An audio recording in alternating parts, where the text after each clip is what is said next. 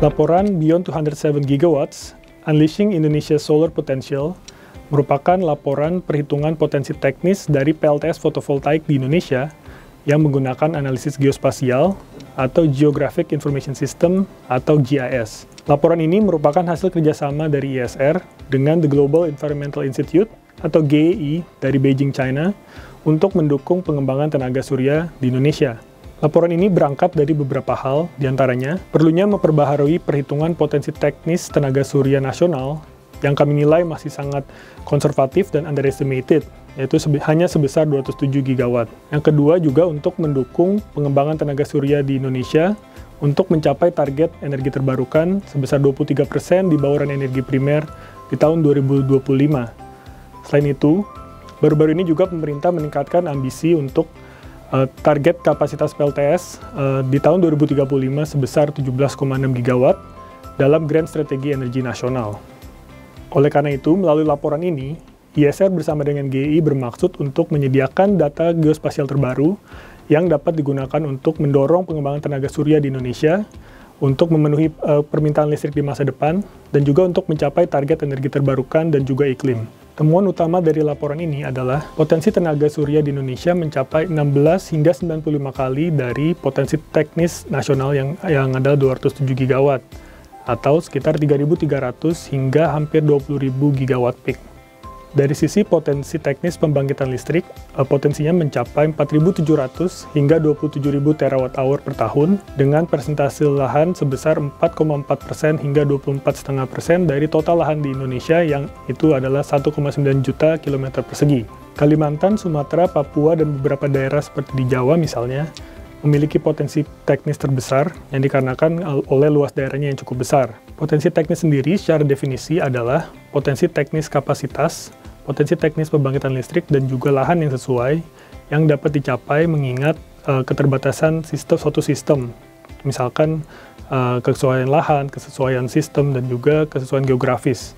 Atau dengan kata lain, potensi teknis merupakan batas atas untuk potensi pengembangan, bukan sebagai market potensial ataupun economic potensial. Perhitungan potensi teknis dengan analisis geospasial sendiri dapat dilihat pada layar.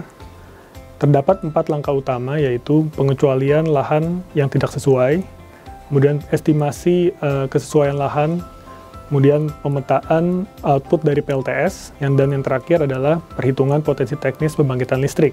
Dalam analisis pengecualian lahan, kami menggunakan 3 jenis pengecualian lahan yang berbeda, yaitu pengecualian slope, pengecualian tutupan lahan, dan juga pengecualian area kawasan lindung.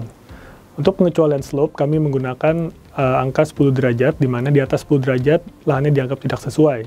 Kemudian kami juga melakukan pengecualian tutupan lahan berdasarkan dari data Kementerian Lingkungan Hidup dan Kehutanan. Dan yang terakhir, pengecualian area kawasan lindung, seperti misalkan cagar alam, suaka marga satwa, dan juga area-area lindung yang lainnya. Berdasarkan klasifikasi tutupan lahan dari KLHK, terdapat 23 jenis tutupan lahan, di mana kami menggunakan beberapa skenario untuk mengecualikan lahan-lahan yang tidak sesuai. Secara umum, hutan primer dan hutan sekunder dikecualikan dari asumsi kami. Kemudian juga beberapa lahan pertanian, dan juga area-area seperti jalanan, dan juga airport dan pelabuhan. Kami mendapati terdapat 9 jumlah tutupan lahan yang sesuai yang kami gunakan dalam analisis ini. Lalu kami membagi ke-9 tutupan lahan tersebut menjadi beberapa skenario, di mana di skenario pertama, ke-9 tutupan lahan itu dianggap boleh digunakan. Di skenario kedua, kami mengurangi beberapa tutupan lahan seperti hutan tanaman, lahan pertanian kering, dan juga lahan pertanian kering campur belukar. Untuk skenario ketiga, kami mengecualikan area transmigrasi dan juga pemukiman. Dan untuk skenario 4 yang terakhir, kami mengecualikan daerah belukar atau dry shrub. Setelah area atau lahan yang sesuai didapat, kami melakukan perhitungan dengan menggunakan faktor konversi untuk mendapat potensi teknis, kapasitas, dan juga pembangkitan listrik. Lalu kemudian menggunakan angka tersebut ke dalam peta provinsi, sehingga didapat peta berikut. Mengapa laporan ini penting? Indonesia perlu melakukan transisi energi yang dapat dimulai dari sektor ketenagalistrikan. PLTS fotovoltaik merupakan salah satu teknologi yang paling dominan dari sisi investasi dan penambahan kapasitas, Hal ini didorong oleh penurunan harga panel surya yang sangat drastis dalam satu dekade terakhir, yang mencapai 90%.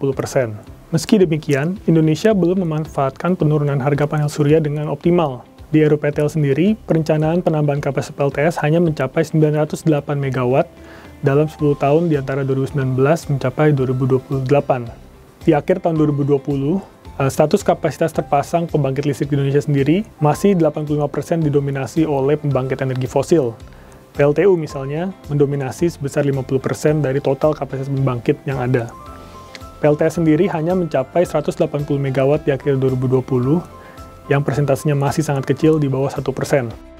Bauran energi terbarukan dalam pembangkitan listrik sendiri hanya mencapai 12 hingga 15% di tahun 2020, sedangkan PLTU atau batu bara mencapai hingga 64% di tahun yang sama. Oleh karena itu, laporan ini bisa digunakan sebagai sumber data geospasial terbaru untuk mendukung pengembangan tenaga surya, khususnya dalam perencanaan sistem ketenagalistrikan. Ada 3 rekomendasi utama dari laporan ini. Yang pertama, pemerintah dapat menggunakan temuan dari laporan ini untuk memperbarui data potensi teknis dan menggunakan laporan ini sebagai pembanding. Yang kedua, pemerintah daerah dan PLN regional dapat melakukan studi lebih lanjut yang menggunakan studi ini sebagai titik awal atau pemantik diskusi untuk melakukan asesmen yang lebih detail di lapangan. Dan yang terakhir, asesmen lebih lanjut dan lebih detail dapat dilakukan khususnya untuk di daerah kota dan tidak hanya untuk PLTS skala besar, namun juga bisa untuk PLTS terapung ataupun juga PLTS atap. Kami berharap temuan dari studi ini dapat menjadi pemantik diskusi di sektor publik maupun di sektor swasta dalam mendorong pengembangan tenaga surya di tanah air.